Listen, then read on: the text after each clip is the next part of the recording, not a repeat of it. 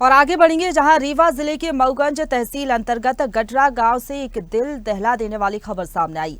जहां गडरा गांव में कल एक ही परिवार के 3 लोगों की लाशें फांसी के फंदे से लटकती मिली। घटना के बाद से पूरे गांव में कोहराम मच गया है।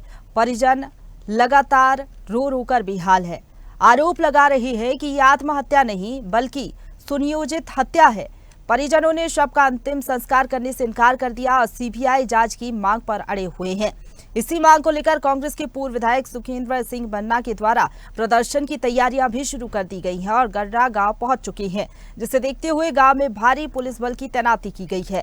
चप्पे चप्पे पर पुलिस की कड़ी निगरानी है और स्थिति फिलहाल तनावपूर्ण बनी हुई है। प्रशासन की ओर से मामले की गंभीरता को देखते हुए पूरी मुस्तैदी से हालात पर नजर रखी जा रही है। फिलहाल शवों का पोस्टमार्टम नहीं हुआ है और वह अभी तक जिला अस्पताल से गांव नहीं लाए गए हैं। प्रशासन खुद शवों के अंतिम संस्कार की तैयारी में लगा हुआ है। और इसी खबर पर ज्यादा बातचीत के लिए सीधे रुख करेंगे। संवाददाता अभय हमारे साथ फोन लाइन पर जुड़ गए हैं। अभय, लगातार परिजन ये मांग कर रहे हैं कि सीबीआई से जांच कराई जाए और इसे सुनियोजित आत्महत्या नहीं बल्कि हत्या की साजिश करार दे रहे हैं। क्या अपडेट है पूरी खबर पर? क्या कुछ कहना है परिजनों का और फिलहाल क्षेत्र में क्या माहौल बना हुआ है? चाहूंगा कि अभी भी स्थिति यहाँ तनावपूर्ण है और प्रशासन पूरी मुस्तैदी से लगा हुआ है। लेकिन प्रशासन का आरोप है कि उनके परिजन की हत्या की गई है। लेकिन प्रथम दृष्टया पुलिस ने कहा है कि ताला अंदर से बंद था और जो उनका शव था फंदे से लटका हुआ मिला हुआ था। तो ये हत्या नहीं आत्महत्या है और जो उसकी जांच है फोरेंसिक जो टीम है वो उनके शव को लेके गई है और जांच कर रही है।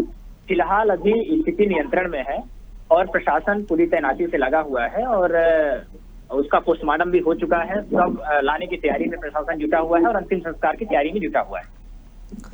बिल्कुल अभय जी, बिल्कुल जिस तरीके से ये भी बताया जा रहा है कि पुलिस बल की तैनाती तो वहां पर की गई है, लेकिन कांग्रेस इस पूरे मामले को लेकर मुखर है। प्रदर्शन करने की तैयारी की जा रही है कांग्रेस की तरफ से।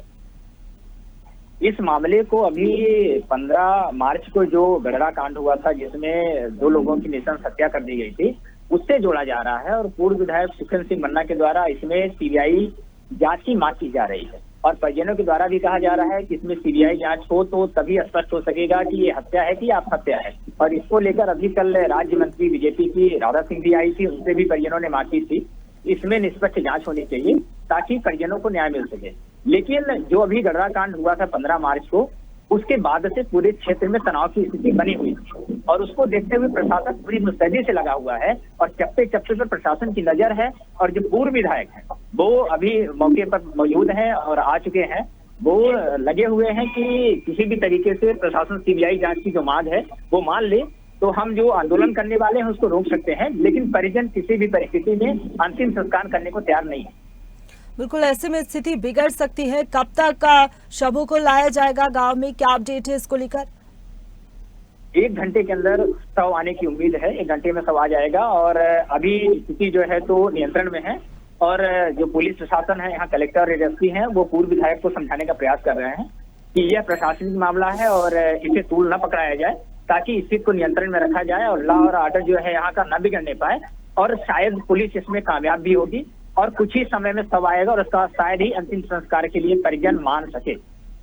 बिल्कुल, परिजन हत्या का आरोप लगा रहे हैं। किसी पर संदेह, किन लोगों पर आरोप लगाए जा रहे हैं परिजनों की तरफ से?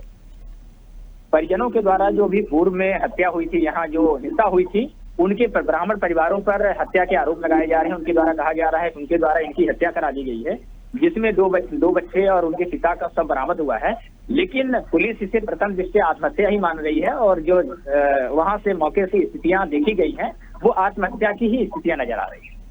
जी, शुक्रिया आपका हमारे साथ जुड़ने के लिए और अपडेट हम तक पहुंचाने के लिए। अभय, ताजा खबरों के लिए लाइक, फॉलो और YouTube पर सब्सक्राइब कर बेल आइकन दबाएं। साथ ही ताजा अपडेट्स के लिए swedeshlive.com पर विजिट करें।